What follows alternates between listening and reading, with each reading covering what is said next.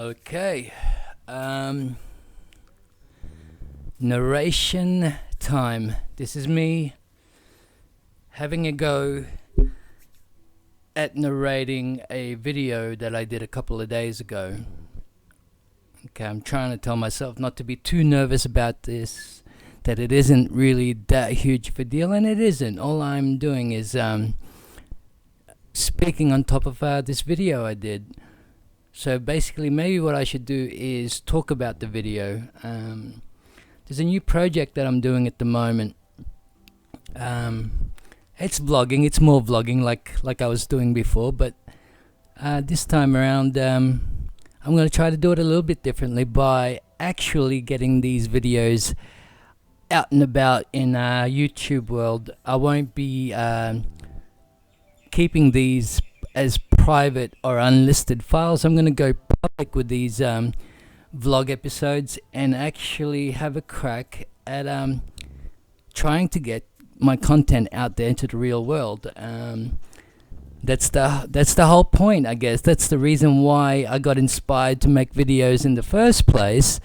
It certainly was about being seen. Can't deny that. I'm not saying I wanted to be like Casey Neistat or anything like that. And I'm not taking anything away from Casey. I have so much respect for that guy, for people like him and Peter McKinnon, Potato Jet, all these people that I've been watching for years. The Fadarius.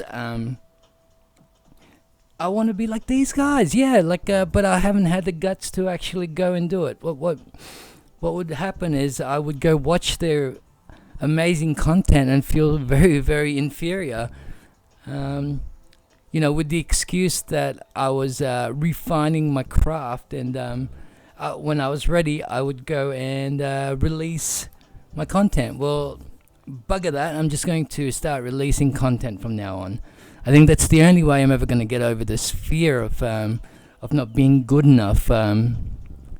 Anyway, this footage here, it's a whole bunch of nothing really, but it's quite interesting. I started shooting at 120 frames per second because I can do that now, and I have a couple of cameras that allow me to do that. They're not DSLRs. I wish they were. Like on my DSLRs, maybe if I'm lucky, I can shoot 60 frames. But I wanted to shoot, up to 120, 240. And I can on a couple of these little 4K cameras I have. One of them being an iPhone, and the other one being a 360 Fly, which is a 360 camera that came out a couple of years ago, and I've only just started using it now for my work. This 360 Fly, it's a 4K camera. It's amazing. That whole 360 technology is quite amazing. It blows me away what you can do with it.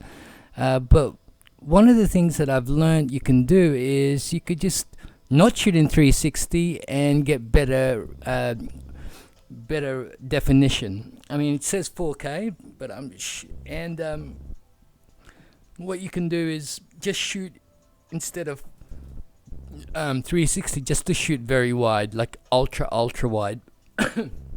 I've tried that, and I'm trying it, and I'm seeing what I can do with it. If it will fit, I'm sure it will. If it can fit into the kind of work that I'm doing. So that's something to be really quite excited about. Just downloaded this program today because I went and got a mic stand. Nothing groundbreaking here, but this mic stands allowed me to be able to keep my hands free and use my USB mic. Now I've got a whole bunch of different kinds of mics that I use for recording, but I haven't used this one very much over the last couple of years. I bought it a couple of years ago from JB HIFI. I've never really used it.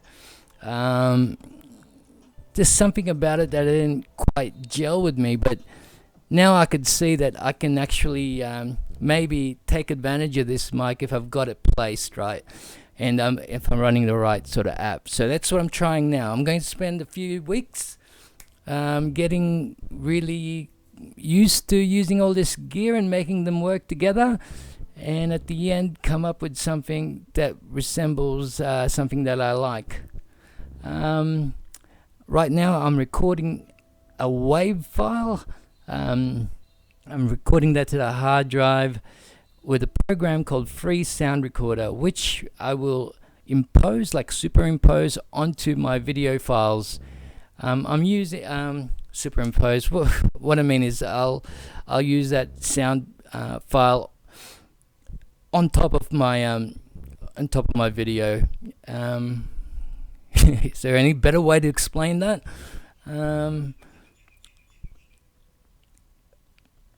Yeah, we'll see how that goes. It's funny, like it's taken me this long to get back to doing that again. Like I just stopped recording in that way like quite a while ago. I never really went back to it. And it's something that really works with my kind of filming, with my kind of filmmaking.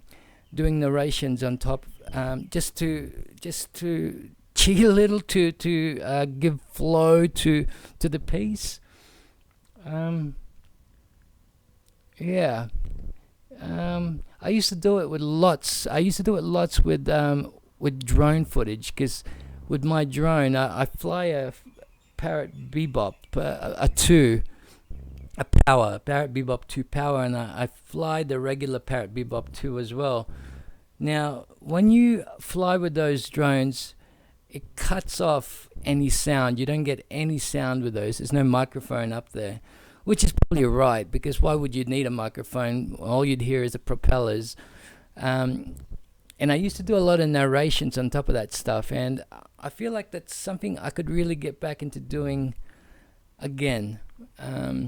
I tried to really streamline my production, like so I wouldn't have to worry about all different things, but that kind of really affects the end product, and I need to start rebuilding my videos from the ground up. Like there are certain things that you need to incorporate into a video to make it look professional. I've still got that grand plan, like of doing all these vlogs, and from that getting some work, like professional work from that, once people get a chance to see the kind of short film work that I do. I'd love to do films. I'd like to do weddings and those kinds of occasions for people. I think I could really do something with that. Anyway, I'll sign off here and just want to check this recording.